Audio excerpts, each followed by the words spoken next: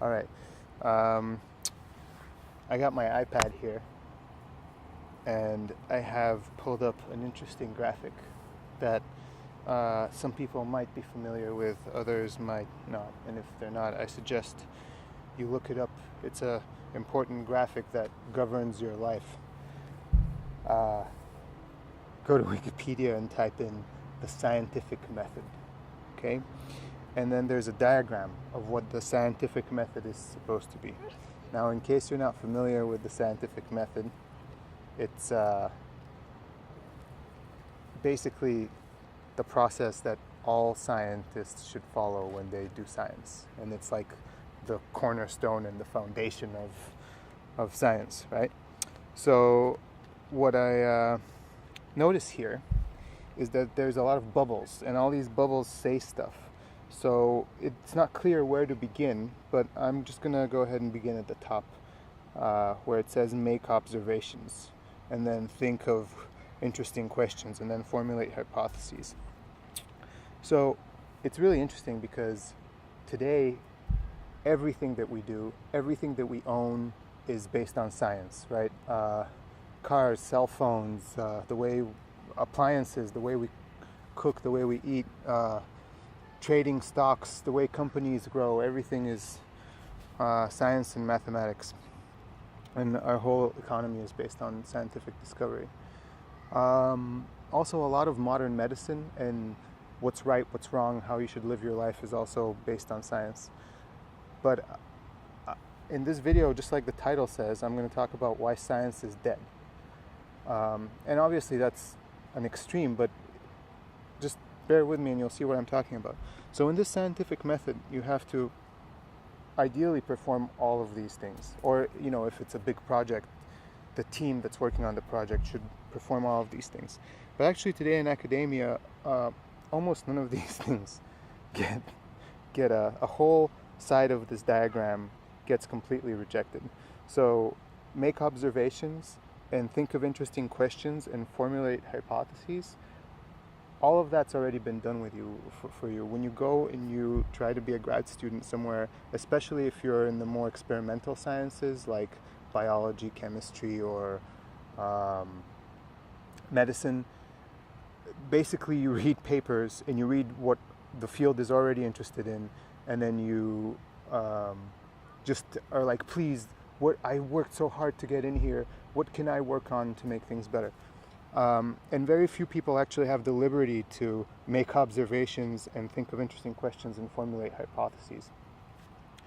And then you might say, okay, well, who does? Someone somewhere has to, initiate this process. Actually, that's the main reason why science is dead, because it's not up to people, and it's not up to individual scientists saying, I really think this would be interesting, I really think that would be interesting, but it's money and special interests. That's why science is dead, because it's not free. The direction of science is not free to go wherever the human mind takes it. Rather, it goes wherever the economy takes it. Whether that's the special interest that's controlling science is the government, whether it's some corporate entity, or whether it's a military entity, it's always with an agenda in mind. So basically what happens in this diagram is the first three bubbles have already been done for you by the special interests. So the military says, okay, we want to know biologically, can this particular virus spread this way, and can it be used as a weapon? And this is like a form of defense, national security, blah, blah, blah. It's funded by the some kind of government organization. And then you just go there and you just do the work.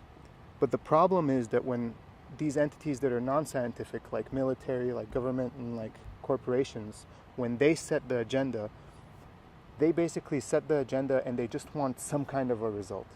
And that creates a lot of bias. So if you actually look at a lot of the studies that are being done, in medicine is a great example. The science there is so half-assed.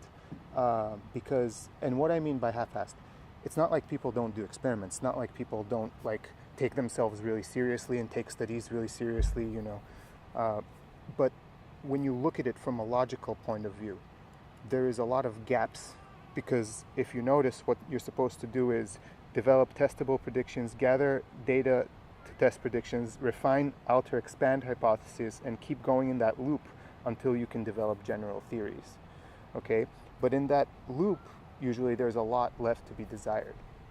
For instance, you might come up with a new medicine that studies whether or not it can help people who have a genetic predisposition with heart disease to not have heart disease. But then, for instance, there are and I'm making this up, it might not be the case, but like there are factors A, B, and C that are external to that maybe it really causes some psychological effects. But because psychology is so detached from work in biology and chemistry and developing drugs, no one talks about those things, and no one tries to test those things until it's on the market, and until it's shown to do so, and then they pull it off the market. So there's a lot left to be desired when corporate entities, when external entities external to academia and external to science are the ones who set their agenda, because they're ready for any answer. It's kind of like, if Taco Bell hires scientists, which I'm sure are like scientists, they've gotten a PhD from some university, they've learned how to perform science. They hire these scientists, and then the scientists conduct a study, and it says Taco Bell doesn't kill you, Taco Bell is actually good for you. Okay, but then there's a lot of scientists that I could hire that can show how Taco Bell kills you. And for instance, there is, most of the time, what's not clear is the context, and what's swept under the rug is the context, the environment, and what exactly they're testing. And actually, there's very, very few cases where, as Feynman would say, people really know something. I'm happy to say that physics is a little bit more immune to this, because physics has to be very precise. Engineering is a little bit more immune to this, but I think a lot of the other fields aren't. And that's why you should always take with a grain of salt when someone says, oh, this is scientifically proven, or that's scientifically proven.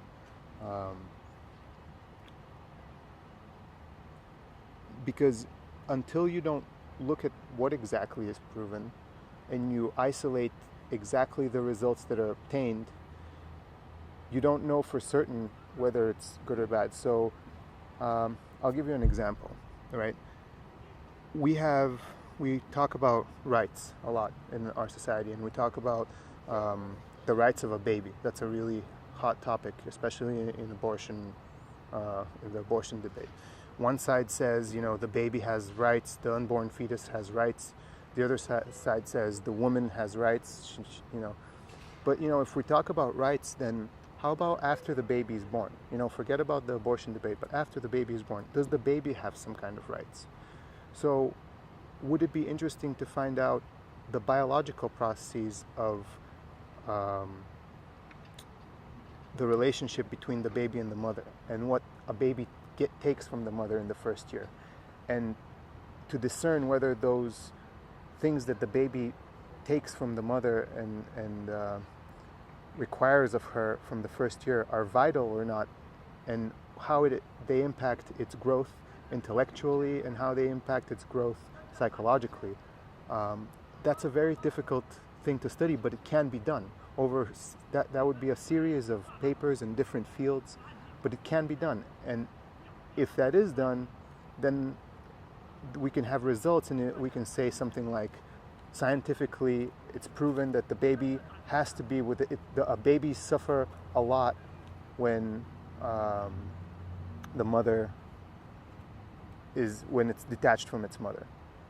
And when that result comes out, then maybe society can work together and cry out and say, okay, regardless of anything else we have in our society, we must make it so that mothers and babies are together for the first year.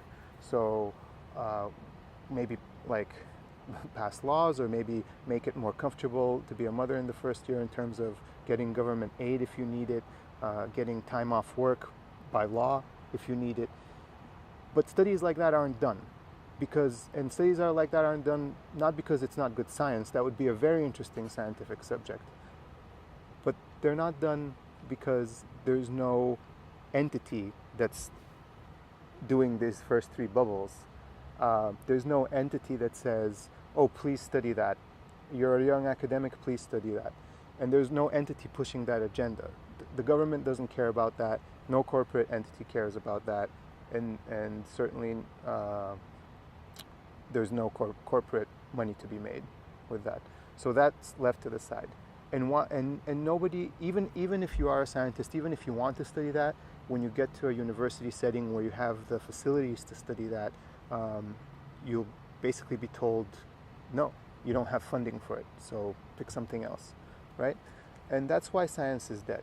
Because as long as we pick and choose what to be scientific about, we'll never have a full view of life and how good and bad our growth as a society, both technologically and socially, is.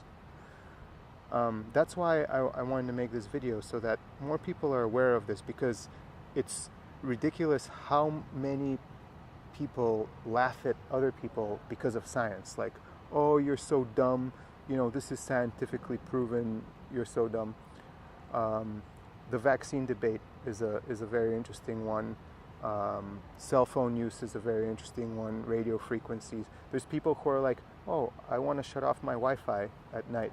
And then other people are like, oh, dude, you're so dumb. Scientists tested that. They determined that it's fine. You should actually read the research and read the papers and see what's been proven about radio frequency and its effects on the human body and what's been studied.